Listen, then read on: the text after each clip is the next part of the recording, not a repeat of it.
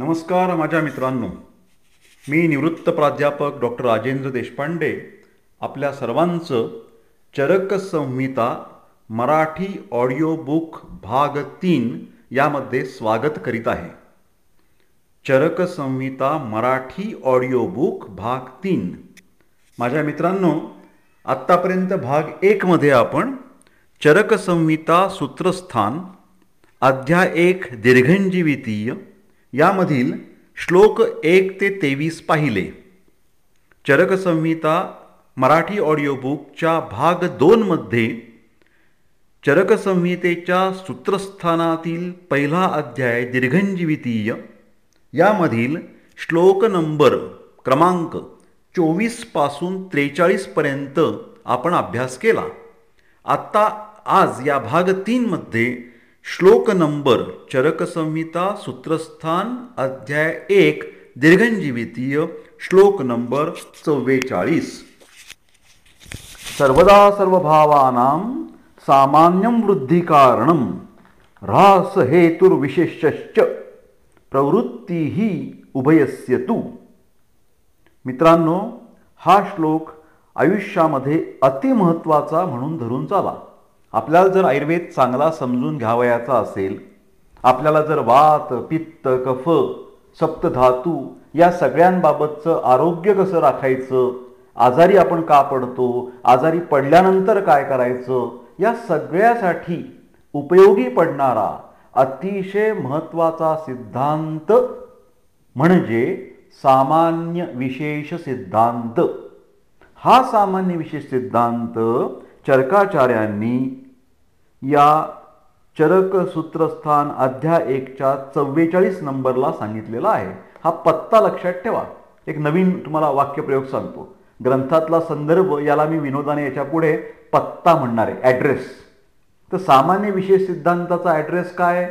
चरक सूत्रस्थान अध्याय 1 श्लोक 44. काय सिद्धांत आहे तो? सर्वदा सर्वभावानां सामान्यं वृद्धि कारणं ह्रास हेतुर्विशेषश्च प्रवृत्तिः उभयस्य तु. या जगामधल्या सर्व भावपदार्थांची वृद्धी म्हणजे काय? वाढ ही सामान्य किंवा सामान्याने होते आणि विशेषाने त्याचा ह्रास होतो. हे त्रिकाला बाधित सत्य आहे.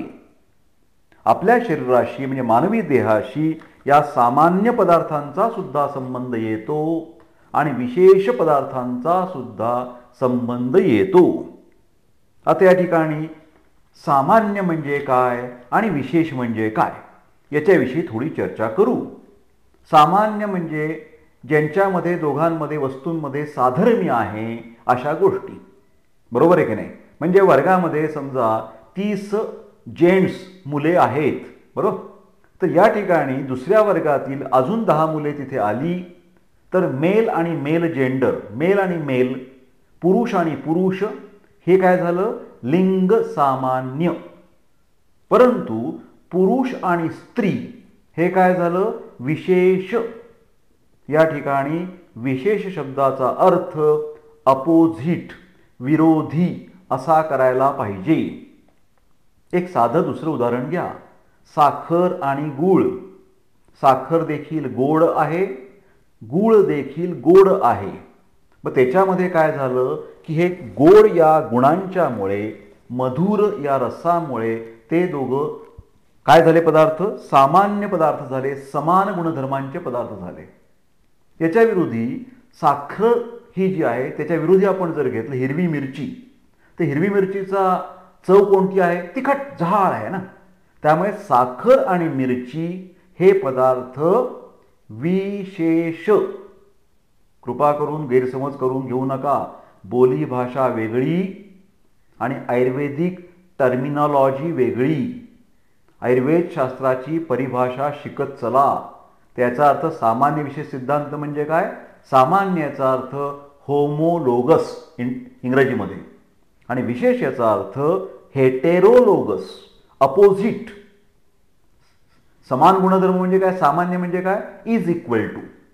आणि विशेष म्हणजे काय? क्रॉस, एक्स, विरोधी. असो, तर समान पदार्थ एकत्र केले तर त्या मूळच्या गोष्टींच्यामध्ये वृद्धी किंवा वाढ होणार आहे, आणि विशेष म्हणजे विरोधी गुणधर्मांच्या गोष्टी आपण एकत्र केल्या तर मूळची जी काही फॅक्टर आहे त्याचा ऱ्हास होणार आहे, नाश होणार आहे.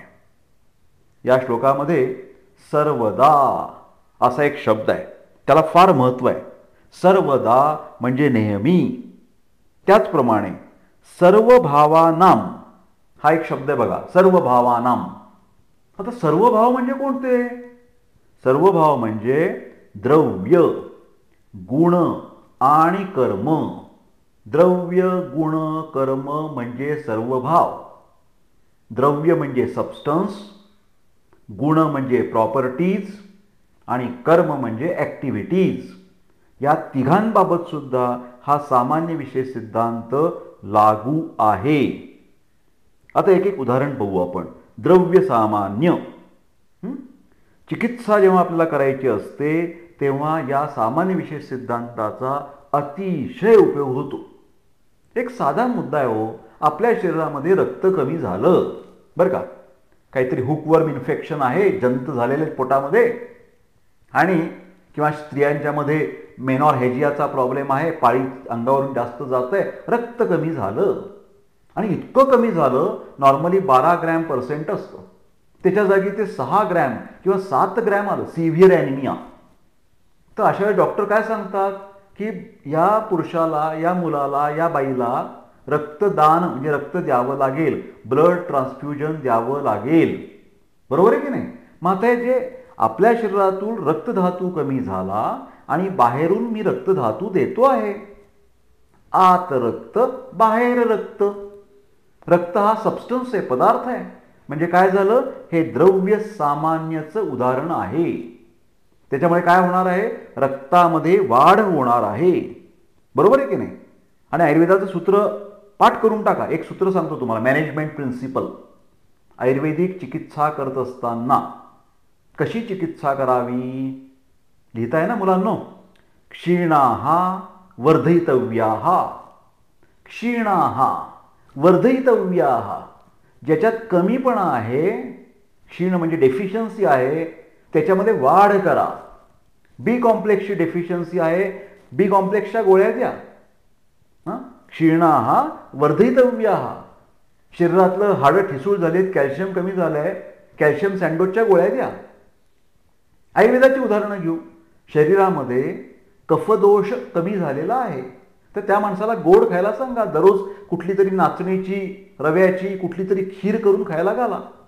मग हे काय झालं की क्षीणाः वर्धयितव्याः. वृद्धाः ह्रासयितव्याः. ज्या पदार्थामध्ये वाढ झाली आहे त्याला कमी करा. वृद्धाः ह्रासयितव्याः. वजन वाढलंय, लंघन करायला सांगा.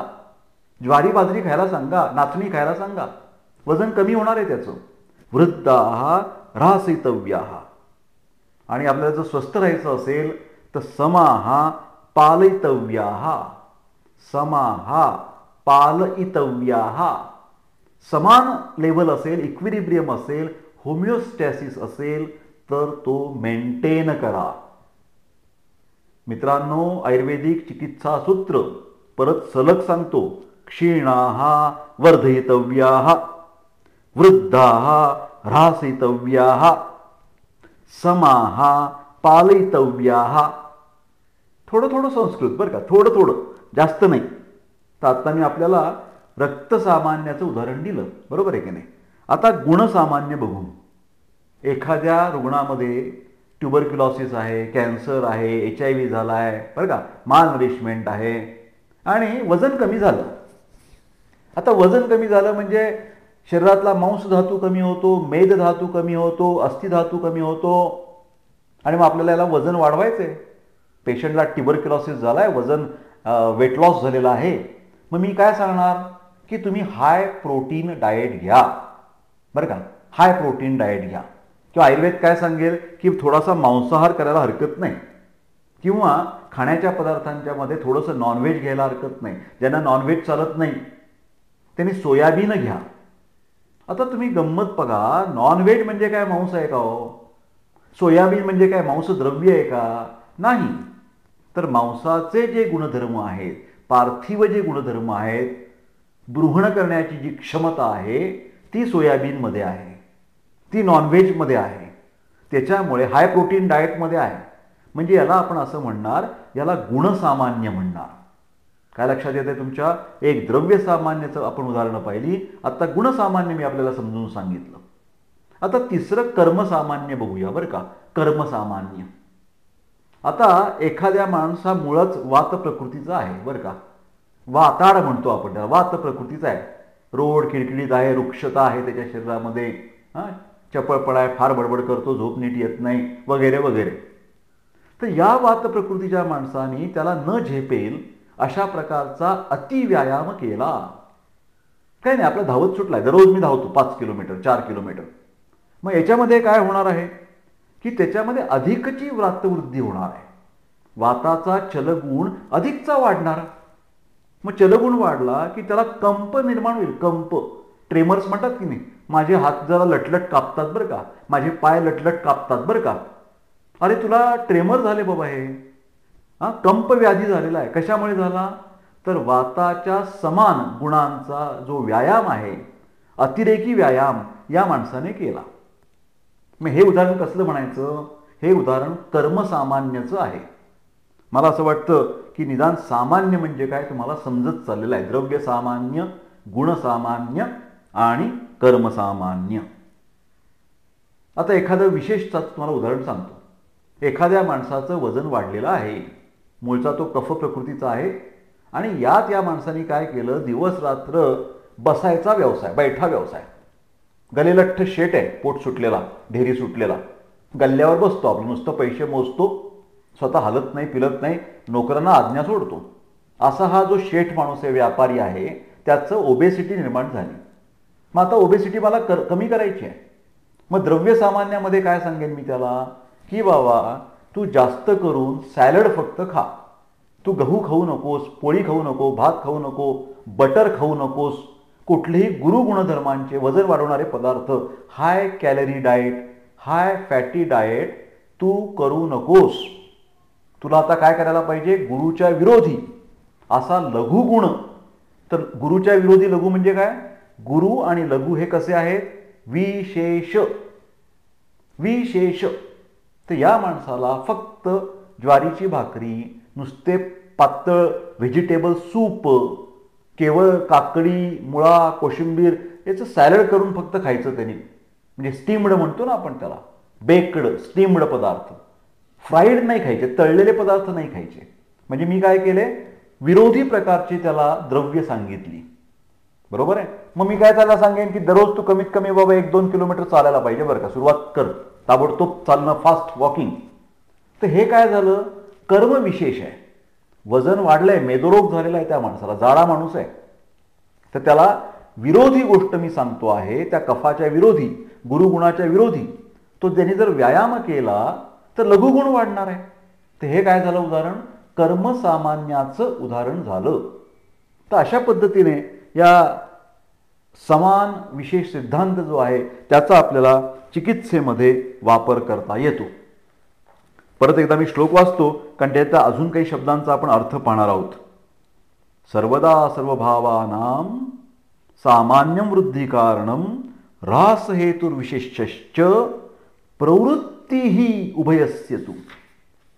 आता थोडीशी चर्चा प्रवृत्ती याच्याबद्दल आपण करू बरं का. प्रवृत्ती म्हणजे काय नक्की?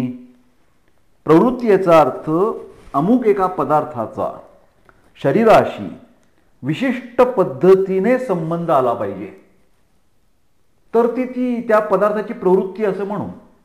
आता मांसम मांसेनं वर्धते, ठीक आहे ना, मांसाने मांस वाढतं, बरोबर आहे. पण आता मांसाने मांस वाढतो, कधी वाढेल ते? जर तुम्ही मांसाहार केला तर ते वाढेल का? असं शक्य आहे की काही नाही, त्याला मांसाचा बाहेरनं असा लेप करायचा बरं का, मांसाचा लेप करूया, किंवा त्या माणसाने दररोज मांस जे सर्व नॉनव्हेजची डिश ठेवायची आणि नमस्कार करायचा, दर्शन घ्यायचं. याने त्याचं वजन वाढणार आहे का? याने मांस धातू वाढणार आहे का? तर नाही. म्हणजे थोडक्यात त्या विशिष्ट गुणांचा, त्या विशिष्ट कर्मांचा, त्या विशिष्ट द्रव्यांचा शरीराला योग्य प्रकारे संपर्क करून देणं ही गोष्ट अत्यंत आवश्यक आहे. हा अर्थ कोणी सांगितला आहे? हा अर्थ टीकेमध्ये चक्रदत्तांनी सांगितला आहे. काय म्हणतात ते?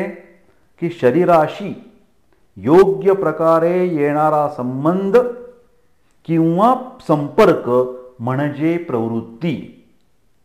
शरीराशी योग्य प्रकारे येणारा संबंध किंवा संपर्क म्हणजे प्रवृत्ती असा त्याचा अर्थ, त्या शब्दाचा असा अर्थ चक्रदत्ताने सांगितला आहे. अजून एक मुद्दा आहे बरं का. समानाने सदा सर्व काळ सर्व भावांची वृद्धी होते, वाढ होते, हे बरोबर आहे. पण इथे ज्ञानबाची एक मेख आहे बरं का. याला एक अट आहे, अट, कंडिशन म्हणतो आपण त्याला. ती कंडिशन कुठली आहे? असती प्रतिबंधके. असती, सती आणि असती, प्रतिबंध नसला पाहिजे. सती याचा अर्थ प्रतिबंध असणं आणि असती याचा अर्थ प्रतिबंध, विरोध किंवा ऑब्स्ट्रक्शन नसलं पाहिजे. तरच समानाने समानाची वृद्धी होईल. कुठलाही अडथळा जर त्या ठिकाणी असेल तर समानाने समानाची वृद्धी होणार नाही. आता बघा गंमत. आवळ्यामध्ये थोडासा आम्ल गुणधर्म आहे. पण काय होतं, त्या आम्लाने काय व्हायला पाहिजे? आम्ल आणि पित्त, पित्ताचा जर गुण बघितलात तुम्ही तर आम्ल हा उष्ण गुणधर्माचा रस आहे, बरोबर आहे की नाही? आंबट हे उष्ण आहे. मग ते आंबट खाल्लं की काय व्हायला पाहिजे? पित्तवृद्धी व्हायला पाहिजे. पण तशी होते का? आवळा खाल्ल्यानंतर पित्तवृद्धी होते? नाही होत ना. कारण का झालं की आवळ्यामध्ये आम्लत्व जरी असलं तर तिथे एक ऑब्स्ट्रक्शन आहे, शीत आहे. आवळा हा थंड गुणधर्माचा आहे.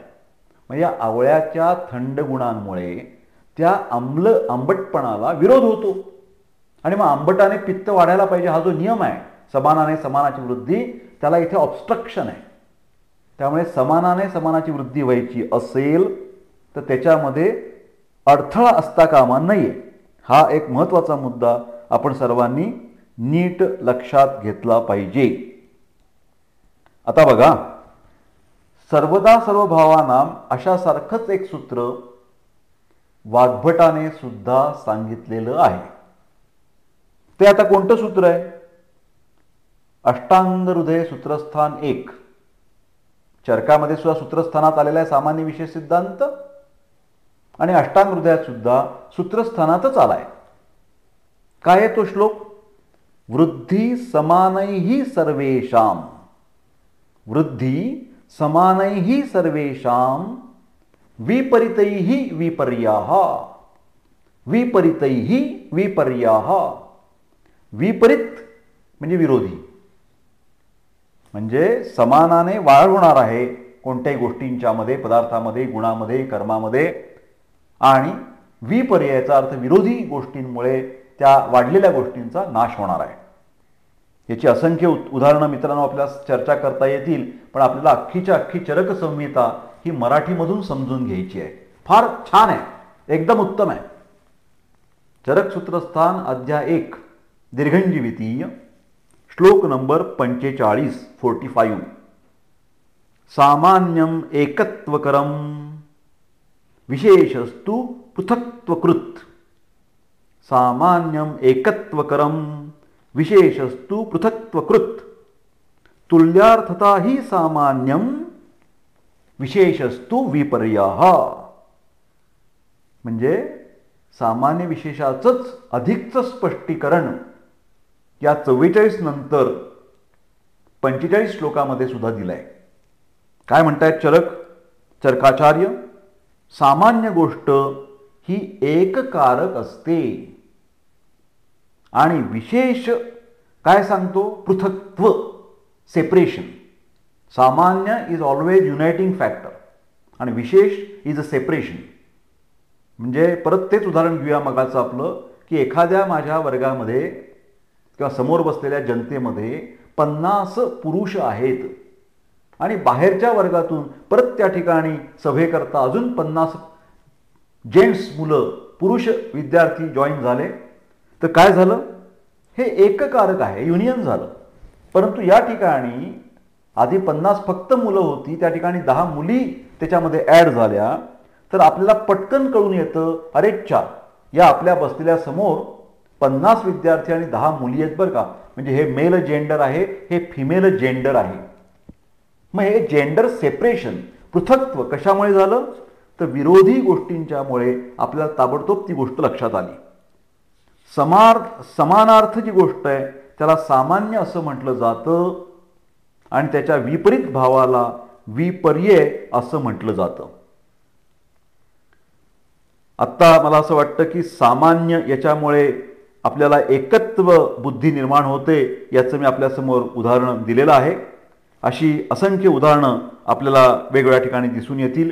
समजा आपण काही एखादा पदार्थ बनवतोय आणि गव्हाचे दुकानात गेल्यानंतर गहू दिसतोय आपल्याला, तर गव्हासारखा गहू याच्यामुळे हे एक ज्ञान प्राप्त होतं की ही एक वेगळी जात आहे धान्याची. पण त्याच गव्हामध्ये समजा आपल्याला काही खडे दिसले किंवा एखाद्या ज्वारीचे काही दाणे दिसले, तर आपण अरे म्हणतो हे काय, या गव्हामध्ये काहीतरी वेगळं आलंय बरं का. आता हे वेगळे पण जे आहे त्याला विपर्यय किंवा विरोधी अशा प्रकारचे आपल्याला शब्द वापरता येतात. मला असं वाटतंय याच्यानंतर आपण पुढच्या श्लोकाकडे जाऊया. चरक सूत्रस्थान अध्याय 1 दीर्घंजीवितीय श्लोक नंबर 46 आणि 47. सत्वम आत्मा शरीरम च त्रयम एतत् त्रिदंडवत लोकस्तिष्ठति संयोगात तत्र सर्वम प्रतिष्ठितम. या ठिकाणी आयुर्वेदातली त्रिदंड ही कन्सेप्ट क्लिअर केलेली आहे. त्रिदंड म्हणजे काय, सत्वम आत्मा शरीरम च त्रयम एतत् त्रिदंडवत. सत्व याचा अर्थ मन, आत्मा आणि शरीर हे त्रिदंडासारखे, म्हणजे तीपाई म्हणतो ना आपण त्याला. आपल्या घरात समजा एखादं पाण्याचं पिंप असेल तर त्याच्याखाली आपण ट्रायपोड ठेवतो बघा, टीपाई. त्या 3 पायांप्रमाणे आहेत या 3 गोष्टी. या मन, आत्मा आणि शरीर यांच्या संयोगामुळेच जीवात्म्याची स्थिती असते. आणि या जीवात्म्यामध्येच म्हणजेच आपल्या मनुष्य शरीरामध्ये सर्व काही प्रतिष्ठित आहे. थोडक्यात काय मित्रांनो, की मन, आत्मा आणि शरीर हे 3 आधारस्तंभ आहेत. आणि हाच जो जीवात्मा आहे यालाच पुमान असं म्हटलेलं आहे. पुमान, पुमान असा शब्द आहे, पुमान. त्यालाच चेतना असं सुद्धा म्हटलेलं आहे. आणि आपण जी ही सगळी चरक संहिता वाचणार आहोत त्या आयुर्वेदाचं हेच अधिष्ठान आहे. थोडक्यात याच पुमानसाठी, याच चेतना धातूसाठी, म्हणजे थोडक्यात काय मित्रांनो, की आपण जो मनुष्य देह आहे त्याच्यासाठीच या आयुर्वेद शास्त्राची रचना झालेली आहे. आता याच्यावर थोडंसं आपण अधिकची काही माहिती पाहण्याचा प्रयत्न करू. चरक सूत्रस्थान अध्याय 1 22व्या श्लोकामध्ये आयु याच्याबद्दलचं वर्णन आपण पाहिलं होतं, बरोबर आहे. आता श्लोक 46 चालला आहे, पण श्लोक 22 मध्ये आयु म्हणजे लाईफ, तर त्याचाच अधिक विस्तार या आत्ताच्या श्लोकामध्ये आहे. सत्व, आत्मा आणि शरीर याला त्रिदंडाची उपमा दिलेली आहे. एक लक्षात ठेवा, हे 3ही पाय जर समस्थितीत असतील, बॅलन्स्ड असतील, तोपर्यंतच आपलं जीवनाची क्वालिटी, ज्याला आपण क्वालिटी ऑफ लाईफ म्हणतो, ते उत्तम असणार आहे. म्हणजे फिजिकल फिटनेस पाहिजे, सायकोलॉजिकल फिटनेस पाहिजे आणि स्पिरिच्युअल फिटनेस सुद्धा आवश्यक आहे. शरीर ठीक आहे, पण मन बेचैन आहे, मनाला डिप्रेशन आलेलं आहे, एन्झायटी आहे, तर आपली क्वालिटी ऑफ लाईफ गेलं. मन उत्तम आहे हो, परंतु शरीराने इतका तो वेदनेने बेजार झालाय संधिवाताने, तरी सुद्धा क्वालिटी ऑफ लाईफ घसरलेला आहे. आता शरीर ठीक आहे, मन ठीक आहे बरं का, पण त्याला आपल्या जीवनामध्ये काय करायचं आहे, कशासाठी हा मनुष्य देह मिळाला, या आत्म्याबद्दलचीच जाणीव नाही, तर त्याच्यामध्ये सुद्धा ते संबंध आयुष्य जे आहे ते एक प्रकारे क्वालिटी त्याला नाही असं आपल्याला म्हणता येईल. आता या ठिकाणी एक महत्त्वाचा मुद्दा आहे की आत्ताच्या श्लोकामध्ये जीवात्म्यासाठी लोक असा शब्दप्रयोग केला आहे. हा एवढा एक जर श्लोक सोडला तर बाकी चरक संहितेमध्ये या मनुष्य देहाला पुरुष असा शब्द प्रयोग केला आहे. पुरुष. भगवान आत्रेय महर्षींनी सुद्धा पुरुषोयम लोकसंहिता असा एक उत्तम न्याय सांगितला आहे, सिद्धांत आहे. पुरुषो अयम लोकसंहिता म्हणजे लोक आणि पुरुष हे एकमेकांचे पर्यायी शब्द सुद्धा होऊ शकतात. लोक आणि पुरुष बरं का, हे दोन्ही खरं तर पुरुष म्हणजे ह्युमन बॉडी आणि लोक म्हणजे काय तर निसर्ग. म्हणजे एक प्रकारे निसर्ग आणि मनुष्यामध्ये साधर्म्य आहे, याला आपण लोकपुरुष साम्य सिद्धांत म्हणतो. पण या श्लोकामध्ये त्यांना असं सांगायचं आहे, हे साधर्म्यच नसून आम्ही या ठिकाणी लोक आणि पुरुष हे परस्परांना समानार्थी शब्द म्हणून वापरलेले आहेत. पुढे एक मुद्दा लक्षात घ्या की जीवात्मा हा जो आहे तो मन, आत्मा आणि शरीर यांच्याशी आश्रित असतो. तर या ठिकाणी आत्मा या शब्दाने मन आणि शरीर पंचमहाभूत समुदायाचा उल्लेख आपल्या लक्षात येतो.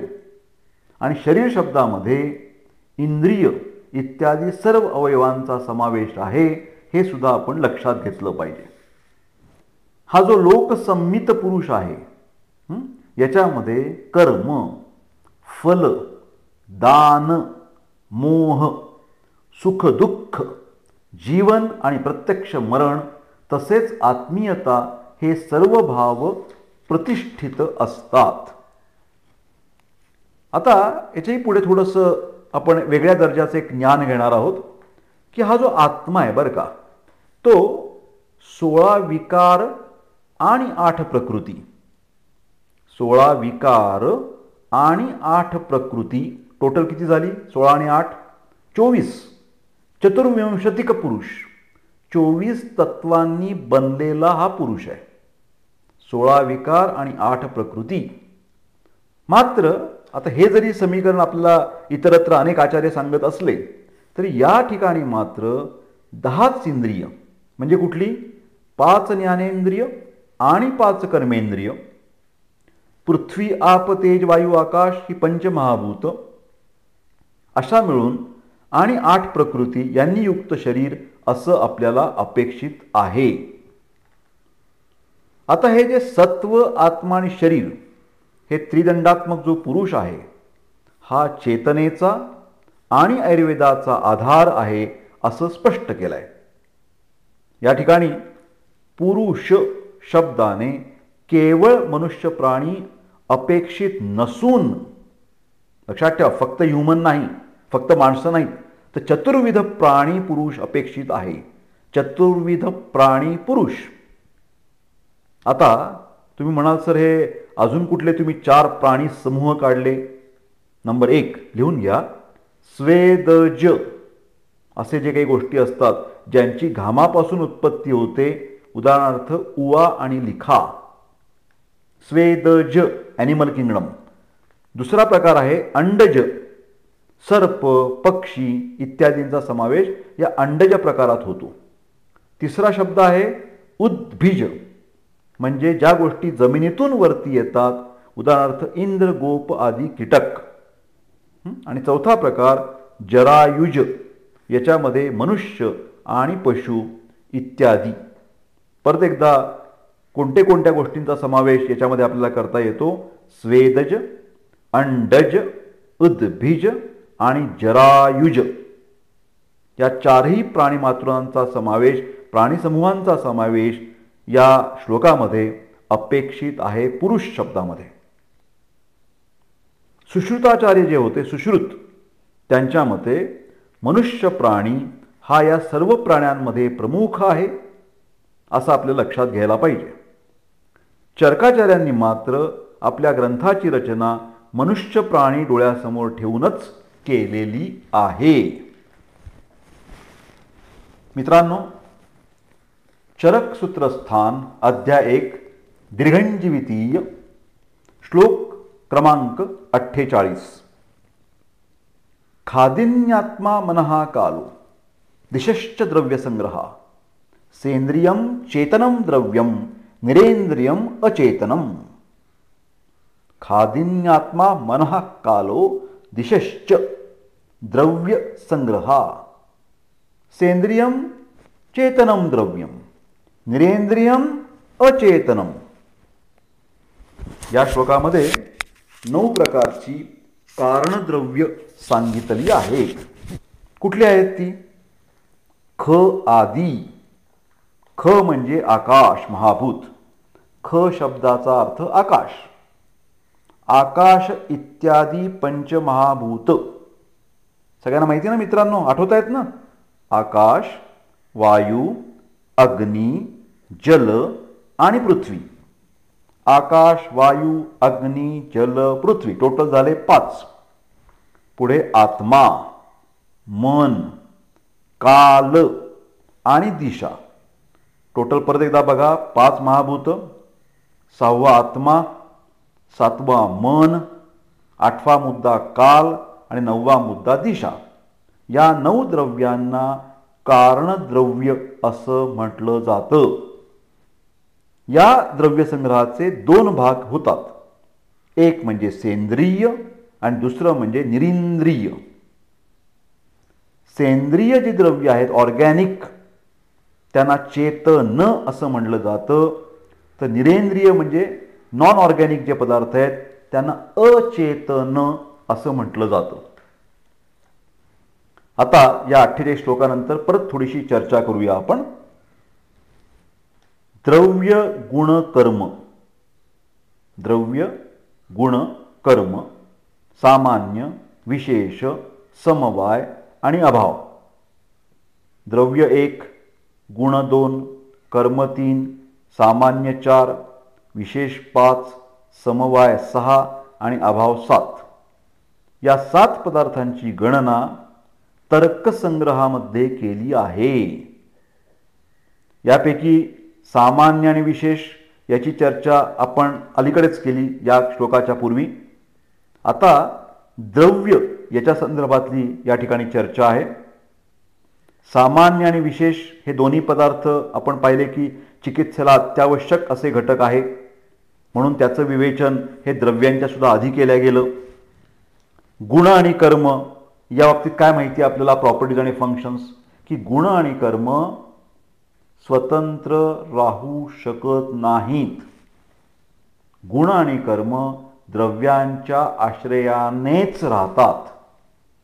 म्हणूनच मित्रांनो, द्रव्यांचा क्रम पहिला आला पाहिजे. आता हे जे द्रव्य आहे त्याचं अनेकविध प्रकाराने वर्गीकरण केलं जातं. एक तर पहिलं सगळ्यात कॉमन वर्गीकरण म्हणजे कारणद्रव्य नंबर 1 आणि कार्यद्रव्य नंबर 2. कारणद्रव्य, कार्यद्रव्य. पुढचं एक वर्गीकरण आहे, हे जे कार्यद्रव्य आहे की नाही त्याचे परत 2 प्रकार, चेतनद्रव्य, अचेतनद्रव्य. चेतनद्रव्य, अचेतनद्रव्य. चेतनद्रव्याचे पुन्हा अजून प्रकार पडतात बरं का. बहिश्चेतन, रादर बहिरंतर हा चेतना आणि अंतश्चेतन. बहिर अंतश्चेतन याच्यामध्ये कोण कोण येतं? जरायुज, अंडज, स्वेदज आणि उद्भिज. आणि अंतश्चेतन जे आहे त्याचे प्रकार बघा, वनस्पती, वानस्पत्य, विरुद्ध आणि औषधी. अंतश्चेतनेचे 4 प्रकार, वनस्पती, वानस्पत्य, विरुद्ध आणि औषधी. आता अचेतन जी द्रव्य आहेत त्याचे पुन्हा 2 प्रकार, एक प्राकृत आणि दुसरे कृत्रिम. तर एक लक्षात घ्या मित्रांनो की हे सगळं अनेकविध प्रकारे द्रव्यांचं आपण क्लासिफिकेशन हे निश्चितपणाने करू शकतो. तर याच्यातलं महत्त्वाचं क्लासिफिकेशन कुठलं आहे? तर सेंद्रिय आणि निरेंद्रिय, ऑर्गॅनिक आणि इनऑर्गॅनिक बरं का. तर इंद्रिय आणि शरीर बरं का हे जड आहेत आणि आत्म्याचा त्याच्याशी संयोग झाल्यावर त्यांच्यामध्ये चेतना येते. इंद्रिय ही ज्ञानप्राप्तीसाठी अत्यंत आवश्यक अशा गोष्टी आहेत. म्हणजे ज्ञान हे काय आहे? साध्य आहे आणि इंद्रिय त्याची काय आहेत? साधनं आहेत. आणि आत्मा कोण आहे मग? आत्मा हा साधक आहे. कृपा करून 3 शब्द नीट लक्षात घ्या. आत्मा इज इक्वल टू साधक. आपलं त्या साधकाला शेवटी अचीव काय करायचं आहे, तर ज्ञान प्राप्ती करायची. म्हणून ज्ञान हे काय झालं माझं साध्य, अल्टिमेट गोल. आणि ते ज्ञान मला मिळवायचे तर माझ्याकडे कुठली उपकरणं पाहिजेत, इंद्रिय पाहिजेत. म्हणून इंद्रियांना काय म्हणायचं आपण, साधन असं म्हणायचं. आता बघा ज्ञान प्रक्रिया कशी असते बरं का. आत्म्याचा इंद्रियांबरोबर संपर्क झाला, आत्मा आणि इंद्रिय यांचा कॉन्टॅक्ट झाला की त्याच्यामध्ये चेतना येते. कारण आत्मा म्हणजे चेतना ना, फोर्स मिळतो त्याला. आता ही जी इंद्रिय आहेत ती कोणत्याही कारणाने जर दूषित झाली किंवा त्यांच्याशी आत्म्याशी असलेला संपर्क नष्ट झाला तर आपोआपच चेतनाही नष्ट होते. थोडक्यात काय की सेंद्रिय द्रव्यांचा जोपर्यंत आत्म्याशी संयोग असतो तोपर्यंतच त्याला चेतन द्रव्य म्हणता येतं. अन्यथा ती सुद्धा अचेतन बनतात. अर्थात निरेंद्रिय द्रव्य ही नेहमीच अचेतन असतात. आता आत्म्याबद्दलचं थोडं अधिकचं विवेचन. आत्मा हा विभू आहे, विभू. आणि विभू म्हणजे काय, सर्वव्यापी. त्यामुळे या आत्म्याचा प्रत्येक द्रव्याशी नित्य संबंध येतो. म्हणजे असं बघा की जगातील सर्वच द्रव्यांचा आत्म्याशी संयोग झाला तर त्या सगळ्यांनाच चेतनद्रव्य म्हणावं लागेल, हो की नाही. कारण आत्मा हा विभू आहे, सगळं व्यापी आहे, मग सगळ्यात चेतन झालं की. मग हे टाळण्यासाठी महर्षी आत्रेयाने एक स्पष्टीकरण दिलंय. काय दिलंय ते, सेंद्रियम चेतनम द्रव्यम. द्रव्यामध्ये ज्ञानशक्ती निर्माण होणे हीच चेतना आहे. त्याच्यामुळे ते चक्षु आणि इत्यादी श्रोत्र त्वक चक्षु रसना घ्राण या इंद्रियांच्या सहयोगाशिवाय हे ज्ञानशक्ती होणं, चेतना होणं हे संभवच नाही आहे. म्हणजे थोडक्यात काय की जड द्रव्यांच्या बरोबर आत्म्याचा संबंध असला तरी तिथे इंद्रिय नसतात आणि इंद्रियांच्या अभावामुळे त्यांना ज्ञानप्राप्ती सुद्धा नसते. आणि म्हणूनच त्यांना अचेतन असं म्हटलेलं आहे. आता अलीकडच्या काळानुसार हे वृक्षांमधलं जे चेतन आहे ना, ती आपल्याला अधिकची संशोधन झालेलं आहे, त्याच्यावर छानपैकी संशोधन झालंय. वृक्षांचं सचेतनत्व. एक जगदीशचंद्र बोस नावाचे भारतीय शास्त्रज्ञ होते, आपल्याला बऱ्याच जणांना माहिती असेल, जगदीशचंद्र बोस. त्यांनी काय केलं, त्यांच्याकडे एक उपकरण होतं, रेझोनंट रेकॉर्डर. आणि त्याच्या साहाय्याने त्याने पशुपक्षी जलचर यांच्याच प्रमाणे वृक्षसुद्धा सजीव असतात इतकंच नाही तर त्यांच्यामध्ये प्रतिक्षणाला नवनिर्मिती आणि ऱ्हास होत असतो असं सिद्ध केलं जगदीशचंद्र बोस. आयुर्वेदाच्या शास्त्रामध्ये सुद्धा अशाच प्रकारची आपल्याला चर्चा पाहायला मिळते. सर्व वृक्ष लता इत्यादी सजीव असतात, त्यांच्या ठिकाणी सुद्धा पंच ज्ञानेंद्रिय असतात, त्यांना स्वतःच्या भावभावना असतात असं म्हटलं गेलं आहे. चरकाचा जो टीकाकार आहे चक्रदत्त, त्यांनी अशा प्रकारची उदाहरणं दिलेली आहेत. चक्रदत्त तो सांगतोय की वृक्षांमध्ये चेतना असते. सूर्यफूल हे सूर्योदयापासून सूर्यास्तापर्यंत सूर्याच्या दिशेने आपले तोंड वळवते. यावरून सूर्यफुलामध्ये चक्षुरेंद्रिय असलं पाहिजे असं अनुमान करता येईल. राय आवळा दुसरं एक उदाहरण. राय आवळ्याचं जर झाड घेतलं तर मेघांचा गडगडाट ऐकल्यानंतरच ते फळांनी लगडतं किंवा त्याला फळं लागतात. गिधाड इत्यादी पक्ष्यांच्या चरबीच्या वासाने इडलिंबाला फळे लागतात. माशांच्या चरबीचा रसास्वाद घेतल्यानंतर वांग्याला अधिक फळे लागतात. कामिनीच्या लताप्रहराने अशोकाच्या झाडाला फुलांचा बहर येतो. या उदाहरणांवरून राय आवळ्याच्या झाडाला श्रवणशक्ती, ईडलिंबामध्ये घ्राणशक्ती, वांग्याच्या झाडामध्ये रसनाशक्ती, तर अशोकाच्या झाडामध्ये स्पर्शन क्षमता आहे असे म्हणता येईल. याचप्रमाणे अन्यही काही वृक्षांची, लतांची, गुल्मांची, क्षुपाची उदाहरणं आपल्याला निरीक्षण करून नोंदवता येईल, त्याच्यावर संशोधन करता येईल. प्राचीन धर्मशास्त्र आणि जी काही पुराणं होती त्यामध्ये सुद्धा वृक्षादींना पुनर्जन्म असतो आणि ती सजीव असतात अशा प्रकारचं वर्णन आपल्याला वाचायला मिळतं. मित्रांनो, पुढचा जो श्लोक आहे चरकसूत्रस्थान अध्याय 1 दीर्घंजीवितीय. आपण पुढच्या श्लोकाकडे चाललोय. 49 श्लोकाची पहिली ओळ. सार्था गुर्वादयो बुद्धिही प्रयत्नांतः परादयः गुणाः प्रोक्ताः. सार्था गुर्वादयो बुद्धिही प्रयत्नांतः परादयः गुणाः प्रोक्ताः. लिहून घ्या मित्रांनो. गुणांचा विचार, आता द्रव्य विचार आता आपण खूप पाहिला, तपशिलाने पाहिला. आता आपण पुढे पुढे चाललोय बरं का. आता आपण द्रव्यानंतर गुणांची चर्चा करतोय. हे गुण कसे असतात? हे गुण द्रव्याश्रित असतात. त्यामुळे द्रव्यांच्या आश्रयाने हे गुण किंवा प्रॉपर्टीज असतात. म्हणूनच द्रव्यांच्या नंतर आता गुणांची आपण चर्चा करायची आहे. पहिल्यांदा गुणांची संख्या सांगून टाकली त्यांनी. त्यामध्ये ते असं म्हणतात की सार्थ असा एक शब्द आहे बघा. सार्थ म्हणजे काय नक्की? अर्थ शब्द येतात. अर्थ. आकाश इत्यादी जे पंचमहाभूत आहेत त्यांच्या गुणांना सार्थ म्हणतात. पृथ्वी, आप, तेज, वायू, आकाश. आकाशाचा गुण कुठला? शब्द. वायू महाभूताचा गुण स्पर्श. तेज महाभूताचा गुण रूप. रस जल महाभूताचा गुण रस. आणि पृथ्वी महाभूताचा गुण कुठला आहे? तर गंध.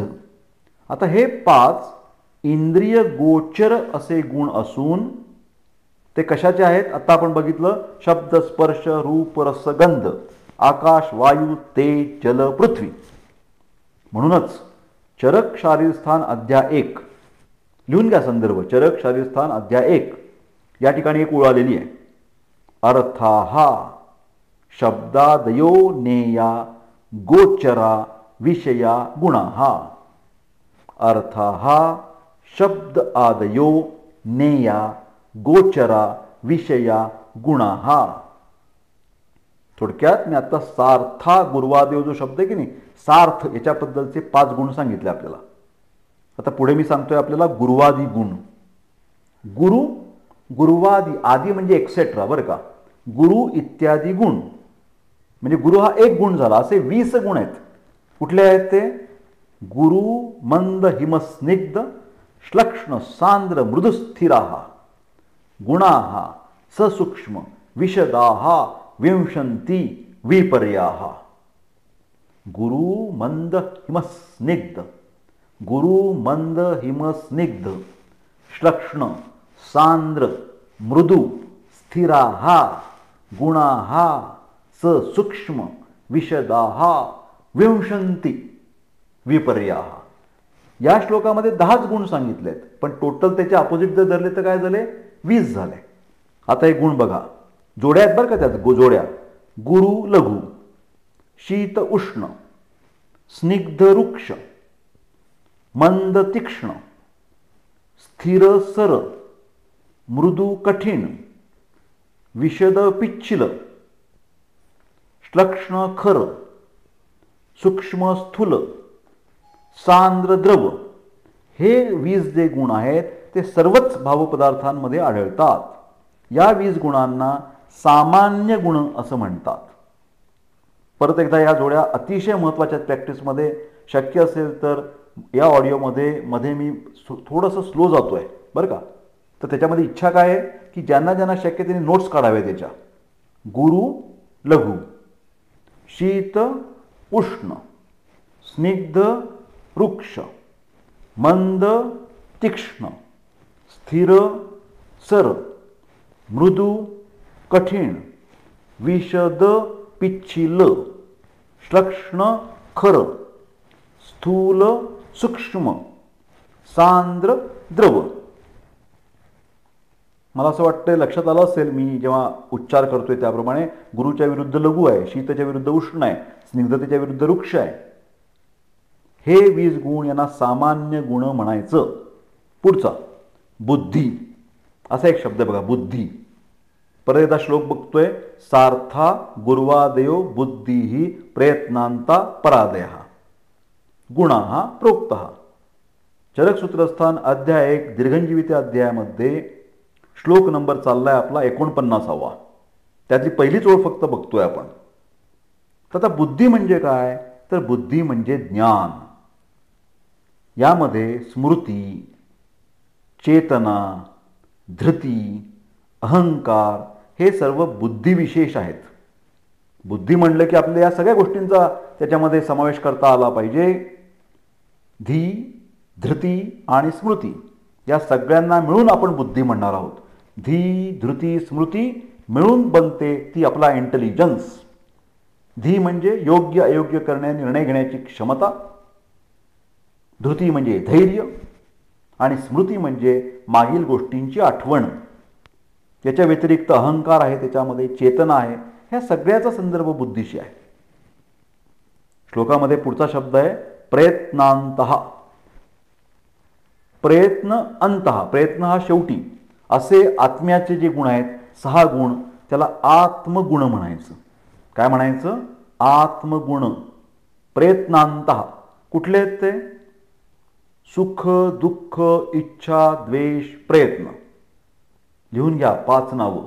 सुख, दुःख, इच्छा, द्वेष आणि प्रयत्न या 5 गुणांना या 6 गुणांना काय म्हणायचं आहे आपल्याला? आत्मगुण असा शब्द वापरायचा आहे. परत रिपीट करतो मी. आत्ता मी जरी बुद्धी वेगळं सांगितलं तरी आपण सुख, दुःख, इच्छा, द्वेष, प्रयत्न आणि बुद्धी या 6 आपण आत्मगुण म्हणणार आहोत. आणि शेवटचा मुद्दा या गुणांच्या मध्ये परादी गुण. पर आदी, आदी म्हणजे एक्सेट्रा. कुठले गुण आहेत हे? पर आणि अपर.